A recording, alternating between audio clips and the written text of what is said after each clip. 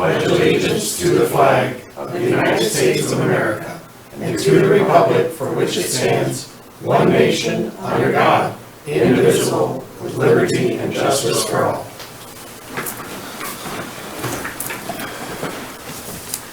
Welcome to the Bryan Board of Public Affairs regular board meeting for July 2nd, 2019. In case you didn't get the memo, it was Gray and Black Day. Just What it looks like. what it looks like. Approve the minutes of the June 18th, 2019 meeting. You've all been presented with those minutes. If there's any additions or corrections. Received, now I'll move for accept. Second. Dick? Yes. Karen? Yes. Tom? Yes. Derek? Yes. Hearing of public concerns. Anyone? Seeing none, we'll move on. Item number 3, we have a request to award bids for industrial drive substation major equipment. That'll be in the form of a resolution, and Lori, would you please number and read? Resolution number 28, 2019, authorizing the Director of Utilities to execute agreements for industrial drive substation project major equipment. I think Dawn has more information on this resolution and request. The Board of Public Affairs adopted Resolution 17, 2019, which authorized the Director of Utilities to advertise for bids for the major equipment for the industrial drive substation, which is also included in 2019 electric budget. The competitive sealed project bids were opened on June 6th, and staff would like to respectfully request the authorization to move forward and award bid items 1, 2, and 4. According to the recommendation of GPD Group in the amount of $1,407,554. More information is being obtained from the vendors and the project engineer for bid item 3, which is the power transformer, and a recommendation will be brought before the BPA meeting in the future. The major equipment April was projected to cost around $2.15 million, and preliminary totals show the major equipment to be around $1.9. So we are roughly $210,000 under estimate, which is great. And we're hoping to continue to see this trend with the construction bid proposals. Any questions for Dawn or anything? I just have a question on the total owning cost and then the bid price. So why is the total owning cost different on all these different bids? Well, they take into account losses, and they have formulas that they generate. So they take the original cost, and with this mathematical formula, they figure out the cost over time of the true actual cost. So although I think the first one listed on your, I don't have the tabulation sheet in front of me, but I think the first one was the lowest overall. Yeah. But had a higher over time actual. That's absolutely correct. You know, they have different methods of making more efficient transformers, which oftentimes then leads to the initial cost being greater, but over the life, estimated 40-year life of a transformer, the resistance losses of one, if they're higher, can add to the total service life cost. So Niagara is the apparent low bidder, but they're the third highest, or third lowest, I guess I should say, in third, when you take into account the losses. But the Virginia transformer, the lowest bid over the life, objected to some of the terms and conditions of our contract, so they are not going to fulfill the bid. Okay. So we're working with the number 2 and number 3 bidders to try to finalize everything, make sure everybody's on the same page. Yeah, let's do And we just weren't able to get that completed in time for today's board meeting. Do you have any idea what the lead time is on those switches and breakers? It's in the bid tab sheet here. Right. I think this see if I've got that here. Guess I didn't see that. Yeah, it's, there's anticipated delivery days if you're looking at the bid tab sheet itself. Now they're in weeks from whenever the contract is awarded, so if it's tonight, then for example, the Delta Star, for bid item number 3, the transformer would have been 24 to 30 weeks there, you see. Okay. So if you're taking a look at some of the other items like the structures, busing and switching, that one we expect to be here pretty soon, so they didn't have a long lead time on that. The power, item number 4, that one we are anticipating it will be probably April to May of next year, which is about when we expect the transformer to arrive as well. Okay. So those are the 2 longest lead time items for us. The circuit breakers, we don't anticipate a problem with delivery on those. Those are usually pretty quick. Yeah, it's pretty standard items, but they'll actually be building this power control center to our specifications, of course, and the transformers. Right. Okay. Just for for public information, could we have just a little bit of overview on what we're doing as far as, replacing a substation and building a new one, just for a little more information? She was gonna Yes. do that.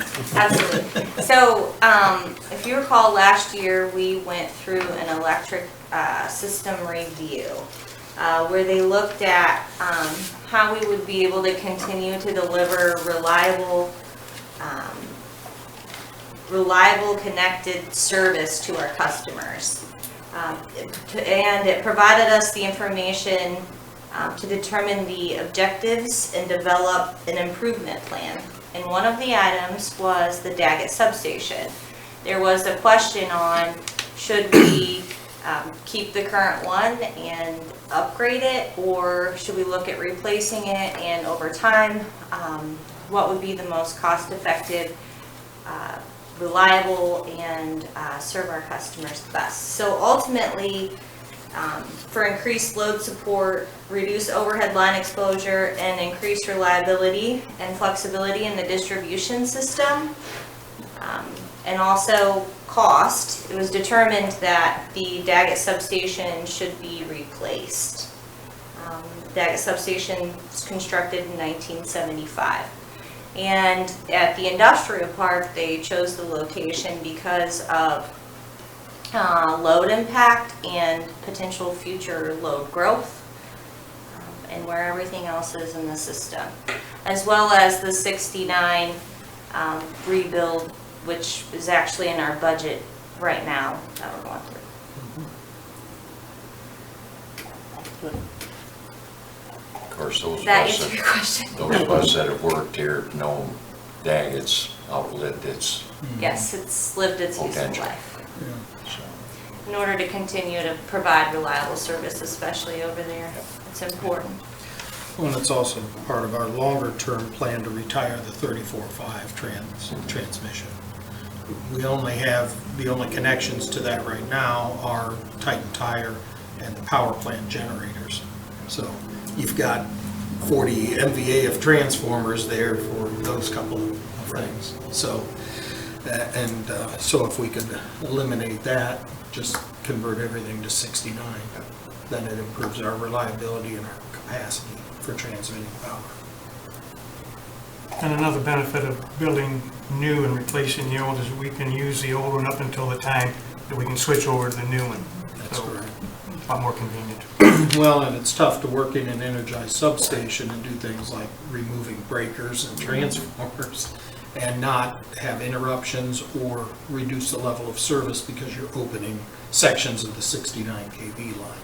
So you're absolutely right. This allows us to continue to keep Daggett in service while we construct this new substation. Any more discussion?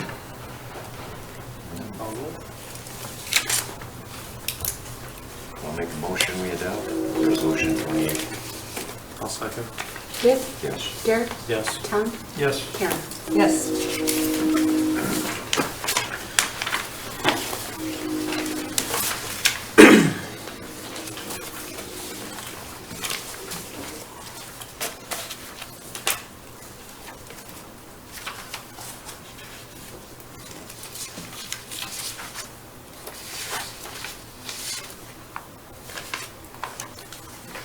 Next item, Kevin's going to talk about a letter to key congressional lawmakers and explain that a little bit more, what we're planning to do.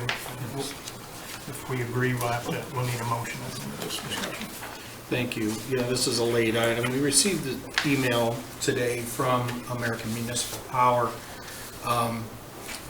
There's been an issue for us, the board may recall, with the construction of a number of the hydroelectric facilities, Cannleton, Willow Island, Smithland, Meldal, as well as Prairie State Energy Campus. AMP utilized Build America bonds to help finance construction of those facilities, and with the hydro plants, they also used clean renewable energy bonds. And those two methods of financing were hit by the sequestration that was initiated in 2012. So with the Build America bonds, for example, it's a taxable bond, but the IRS and the government provides a subsidy to buy down the interest rate on those bonds. Well, the understanding of AMP and many other people was that they were not subject to reduction, those subsidies, by sequestration, but that has happened. And so what that means is that you're paying a higher cost of borrowing for those projects than what was anticipated and what was agreed upon, because the federal government has reduced them due to sequestration.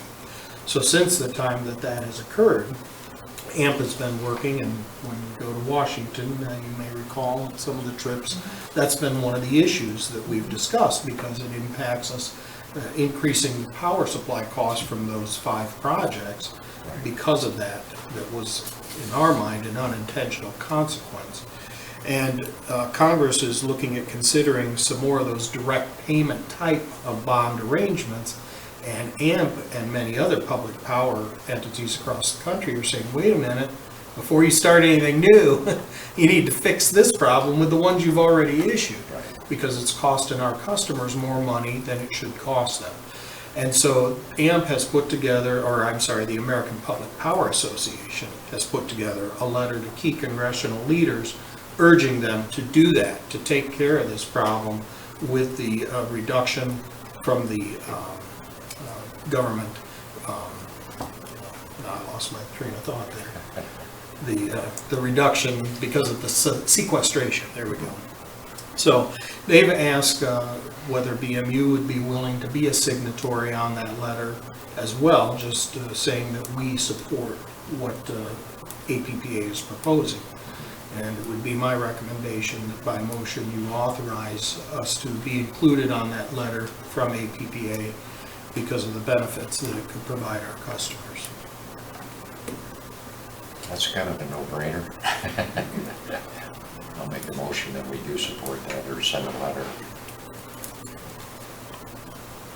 A second? Second. Dick? Yes. Karen? Yes. Tom? Yes. Derek? Yes. Next on the agenda is another item we inserted, is a presentation from Kevin regarding electric peak demand reduction. Thank you. Yeah, as they say, 'tis the season, once again, when we operate generation to try to reduce peak demand costs. And we ask our customers and other city departments as well to help us with reducing those peak demands to save money throughout the year. So I thought it'd be a good time for the board, as well as those watching at home, to learn a little bit more about this. We do get questions from customers that I'm hoping we can explain a little bit here. But to start with, power supply is our largest single expense, and those are all what's included in the budget this year, $13.38 million total for power supply expense in the electric utility budget this year. Our invoice from AMP this year has averaged just under $800,000 per month, so it's a pretty significant cost. The primary bill components of that AMP power supply bill are energy, the kilowatt hours that most folks are familiar with from their home bill, demand cost, which are fixed costs such as fixed O&M, debt service. For power plant or market power purchases, those are expressed as dollars per kW month. Those two costs, which we don't have a lot of control over in the short term, are about half of that bill. They've been averaging $384,199 per month year-to-date in 2019. Where we can make some difference with the load control is on the capacity and transmission costs. And capacity costs are determined by the PJM, Pennsylvania, New Jersey, Maryland Regional Transmission Organization. And they conduct auctions, and people that have generators bid into this auction saying, we will supply this generation at this price. So it's kind of a market clearing mechanism, and it changes every year. Transmission is the cost that AEP charges us to bring power from various power supply resources to Bryan. It ultimately comes through the Marcus corridor to Bryan. And that transmission cost is regulated by the Federal Energy Regulatory Commission.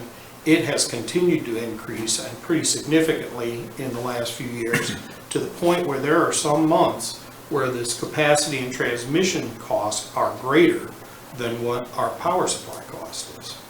So it's gone up considerably.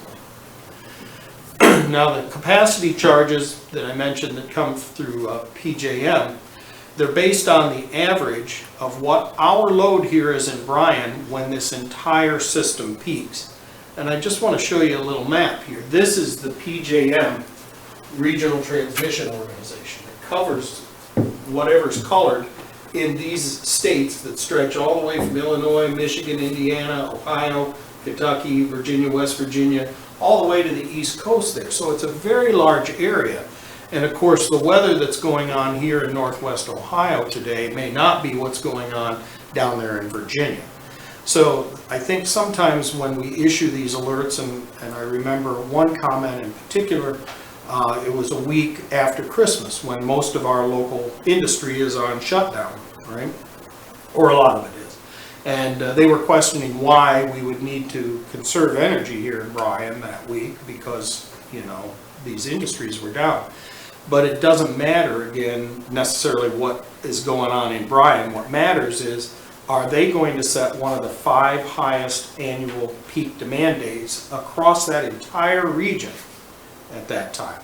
And our peak for AEP this year, even, and AEP is this light blue, as you can see, it still goes all the way up. It's in 7 different states there. It was on January 3rd of this year. Okay, so a lot of folks would maybe think, well, we have gas heat here, so, you know, we shouldn't have that problem. But again, it's what's going on across that entire region of AEP for transmission and across the entire PJM footprint for capacity. So what happens with capacity charges, it's based on what Bryan's load is during those times, the 5 highest peak demands across PJM. So if we're able to reduce our load during those times, then we can save money on capacity costs. Same way with transmission, with the exception that it's based on what AEP's highest 1 hour is out of the year. So that's a pretty significant event. And so those transmission CPs can occur in summer, you know, like today we're generating, for example, or as I mentioned with AEP so far this year, January 3rd, the hour ending 8 a.m. on January 3rd was the highest AEP system in 2019 so far. Now it may be exceeded sometime this summer, we don't know, but that's when it occurred. The capacity peaks can only occur in the summertime. They don't count in the winter. So capacity and transmission costs can be reduced by decreasing our electric system load during those peaks. Typically occur extremely hot or cold weather. When you look at how many hours out of the year these kinds of conditions occur, it's usually around 100 hours. There's 8,760 hours in a year, so you can see the total amount of time that we're being impacted here is pretty small, but it makes a huge difference in the cost. So how do we respond to this? We get notification from AMP, usually the day before, that it's looking like the next day could be a peak demand day.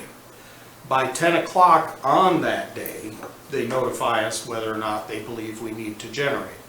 So we then will start up generation. It's typically either 2 to 6, 3 to 6 in the afternoon if it's in the summertime. If it's in the wintertime, it's usually very early in the morning, like 6 to 9 a.m. or 6 to 10 a.m. So we also, besides running all of our local generation units, we interrupt the wells and water plant. And of course, we've got about a 1.4 million gallons of overhead storage, which is about a day's worth of water storage available. So we can shut down all of those large motors and save on the electric consumption just as easily as putting on another generator. So we also interrupt load, and you may see it here today. In fact, it's 78 degrees in here already and getting warmer because we set up our thermostats here and turn off unnecessary lights. City as well does at City Hall and other facilities where they're able to help us out with that. We issue a peak demand alert via Facebook, Alert 86, our website, to all electric customers asking for voluntary electric conservation during those hours. We also issue peak demand alerts to industrial customers and, as I mentioned, other city management staff via email asking for voluntary conservation. So we have about 38.5 megawatts of local generation here. If I quickly go back here, you can see our capacity based on the 5 highest peaks is 37.314. So we've got about enough generation here to cover whatever our peak demands are, which is great. Now here, and I'll talk about that a little bit later, in the wintertime, combustion turbines can generate a lot more than they do in the summertime, and it's due to the air mass. It's denser, more mass to it in the cold, so it can generate more. So we have a lower peak. If it occurs in the winter for AEP, we're happy because we're able to get maybe almost another 10 megawatts than what we can during the hottest summer days. So that's one of the combustion turbines there. We have 2 of those Westinghouse 191s, 26 megawatts, frame 3 GE. We have the solar field that generates typically, although it is not generating when the AEP peak occurred this year between 7 and 8 a.m. on January 3rd because it's dark. But if it's a summertime peak, then we get capacity out of that, as well as at the Auglaize hydroelectric plant. Now, the board was aware that and it approved installation of diesel oxidation catalyst on the Nordberg diesel at the power plant last year because it didn't meet the air quality requirements that would allow it to be used for peak shaving. It was relegated to emergency backup use only. That diesel oxidation catalyst got installed a week ago yesterday, was approved by the EPA a week ago today, and Thursday and Friday was used for peak shaving. So it added another 2.5 megawatts to our local generating fleet. And one of the great things about it and why it's important for people to help us out here is that we had an issue with the General Electric turbine on Friday, and that's normally about 3.8 or 4 megawatts in the summertime, and we could only get a megawatt out of it. Well, we were able to add 2.5 megawatts right there, which got us fairly close to what it would have been before. If we don't have water at the Auglaize, we have 2.5 megawatts there, which is about what we generate at the Auglaize during peak demand periods. So it really gives us some insurance, and it is a financial thing in this case. You see how many hours a year and how many events occur. You only have one chance to hit the AEP, 1 CP, and the top 5 in PJM count. If you miss them, you're paying more money for the next year after that. So that's why it's of critical importance to us to be able to have these additional resources, and why it's very important for people that when we ask to help reduce those. because if we have an issue like that, it's going to end up costing people for the next year in their electric bills. So when we look at the savings here for 2019, and our costs in 2019 are based on how we performed in 2018. So the power plant, generated in capacity savings about $1.3 million. Auglays, $130,000. The solar field, about $45,000, or a total of about $1.5 million in capacity charges that we would have paid as a community if we didn't have this generation, if we didn't have the community cooperation that we have. On the transmission, the power plant saved about $2.7 million this year in transmission costs. The Auglays, $135,000 there. As I mentioned, the solar field wasn't generating between 7 and 8 a.m. on January 3rd. And so that didn't produce any additional savings there, but the total transmission savings were just under $2.9 million.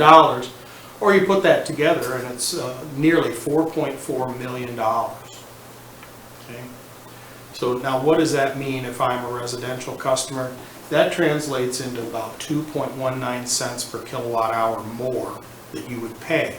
For a typical residential customer using 800 kilowatt hours a month, that's $17.50 per month that you would pay if that wasn't happening. Over the course of 12 months, that's a pretty significant amount of money. So the customer conservation efforts, as I mentioned, in addition to getting the Nordberg around, if people are willing to help out, it provides insurance if a generator fails, or like in the case of the GE last week, it's derated, meaning that it can't produce its full output. It further reduces costs by avoiding the additional generator fuel and variable O&M. There's no fuel that's burned if a customer turns off a light or sets up their thermostat to a higher temperature, or we interrupt the well pumps and the water treatment plant. One question we saw on Facebook last week when we put these out there was, are businesses and the city doing this too? And the answer is yes. Now, I qualify that by saying it's a voluntary conservation effort. But I will tell you that we've met, the mayor and I and Dawn and Matt Davis from Wedco over the last year and a half with about all of our significant employers here in town. And many of them have asked us to add them to the list. They've said, we will help you out, do whatever we can. Maybe it's just turning some lights off, maybe it's not taking down line of production or something like that. But one local industry, and this is from an email that they shared with us, they asked their staff, they said, BMU is sending out this peak demand alert. Here's what we're asking you to do. Make sure any unneeded lights are turned off. Try not to power up machines for quality control or test purposes. Try not to use microwaves, coffee makers, space heaters, stoves, etc. And avoid charging the forklift during the peak demand hours. So I will say with certainty that we know customers are participating in all customer classes.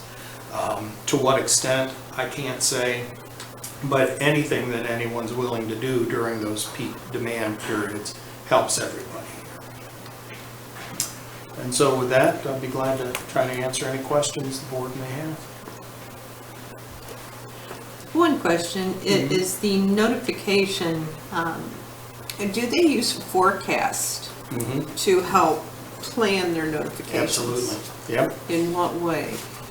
Well, they have history, with loads under certain weather conditions. For example, temperature, humidity, things like that they have in these forecasting models. So they're not always right, but they're generally pretty accurate, Karen, as far as whether or not they believe across those areas, whether it's the AEP system or the entire PJM RTO, whether there's a good likelihood that we're going to meet or exceed those CPs that have already been set. Once in a while I think, boy, I can't believe that's gonna happen, but that's me looking at it from our local forecast here, and I have to try to remember that it's not just us. So, yeah, they've got, and I can't tell you how detailed these are. I believe they're pretty detailed models, but they are generally very accurate as far as in their prediction. There's been maybe a couple of times, 3 times in the last couple of years, where they've called and said the loads have dropped, maybe a front went through, let's say, like we had this afternoon, but across a broader region, and the loads have dropped. Then they'll call and tell us you can stop your peak shaving efforts at 5 o'clock instead of 6, that kind of thing. Other questions? Do you recall what the cost was to upgrade the Nordberg? The budget for it initially was $214,000, but I believe we're at less than 200,000 based on the last numbers I looked at. Approximately 30,000 less than that. Yeah, And the annual savings is $350,000? that's correct. Thank you, Lord. That wasn't hard. I just read the email. Yeah, assuming it runs when we need it, and so far it has every time. So, you know, yeah, it's a pretty quick payback. I'd say. We're glad to have it in our. World's biggest Harley. It is, It just keeps right on running. yeah, it's a great machine. Yep. Okay, if there are no other questions, then thank you very much. Thank you, Kevin. Thanks, Kevin.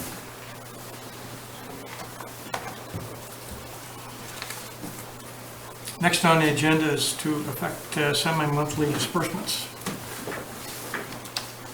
I'll make a motion, we pay the bills. One second.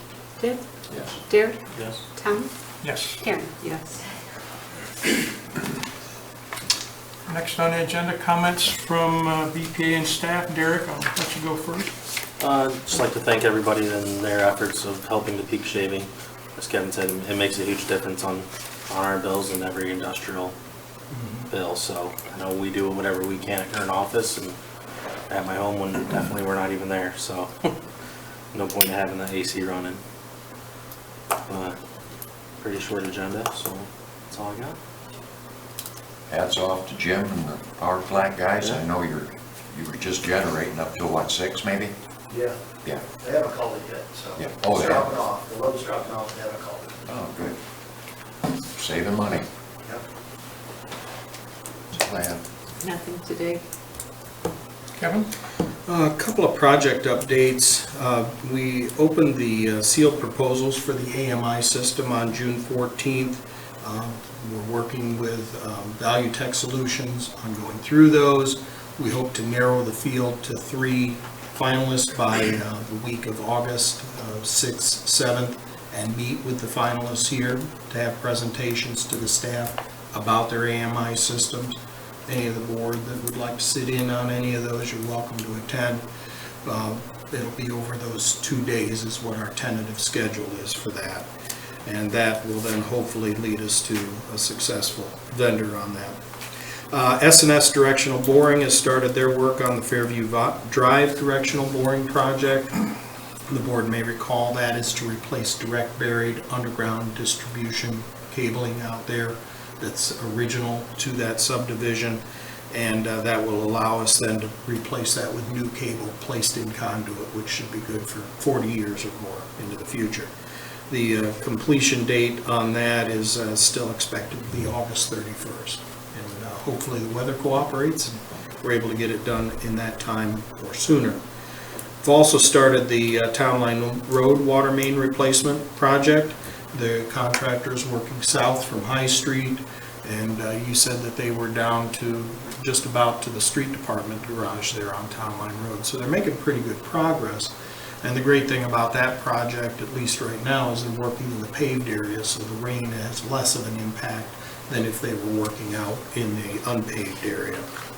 And it appears, at least from the folks that I've heard from out there on Town Line Road, that they're able to get access in and out okay at this time.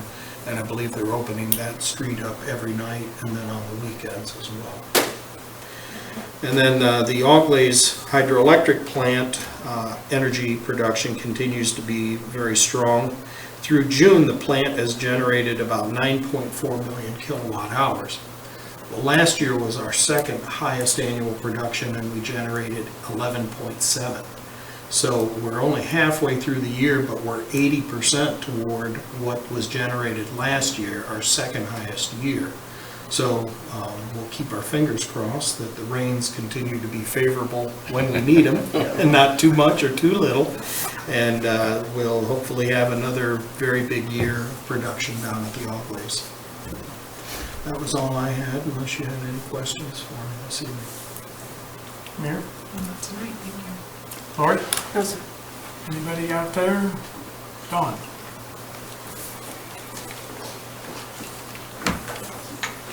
At the last meeting, we presented you with the Bard Fountain Free Service information, and I have a few answers to some of the questions. We met with Dan Yaris and Jim Kozenklick this week about the operations and maintenance and how it all works together. The changes in utility consumption that we were able to see were due to a change in their operation for efficiency and water quality. They're working towards getting capital items replaced so that they can take care of some of the overages in electric and water. Once those capital items are replaced, they are willing to change their hours of operation. That was one of the questions, is if they were willing to do that, and they are. And we intend to work very closely with them and monitor where they're at in the free service. But it was interesting, it appears that there's a group of about 7 or 8 different volunteers that go in and operate and maintain. And the fountain being 5 years old, they've had a couple parts and pieces that have failed, and it's really impacted what they're able to do with it on a daily basis. But it sounds like they're working on getting it repaired and bringing it back to sound operation. And also, the fountain holds roughly 13,200 gallons of water, we think. No one knows for sure, but we You think. calculated. Yes, yes. If my calculations are correct. I came up with the same answer, so. So, Okay. Good deal.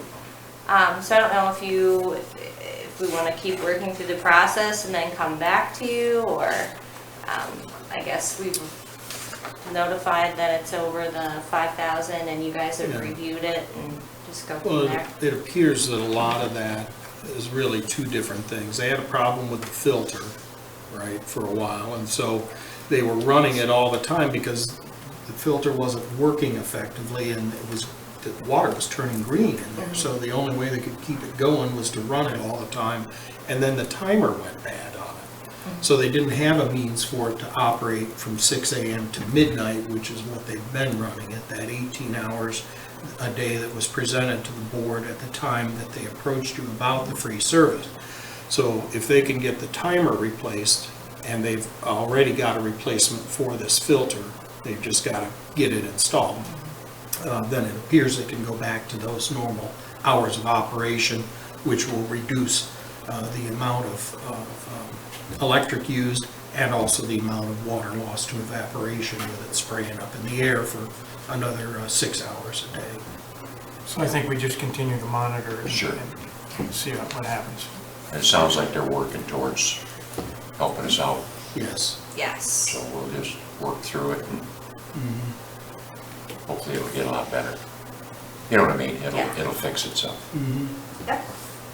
Okay. Thank you. Thank you, Don, for following up on that. Max, anything? Nothing else from anybody? Entertain a motion to adjourn. So moved. Second? Dick? Yes. Tom? Yes. Karen? Yes. Darren? Yes. Thank you.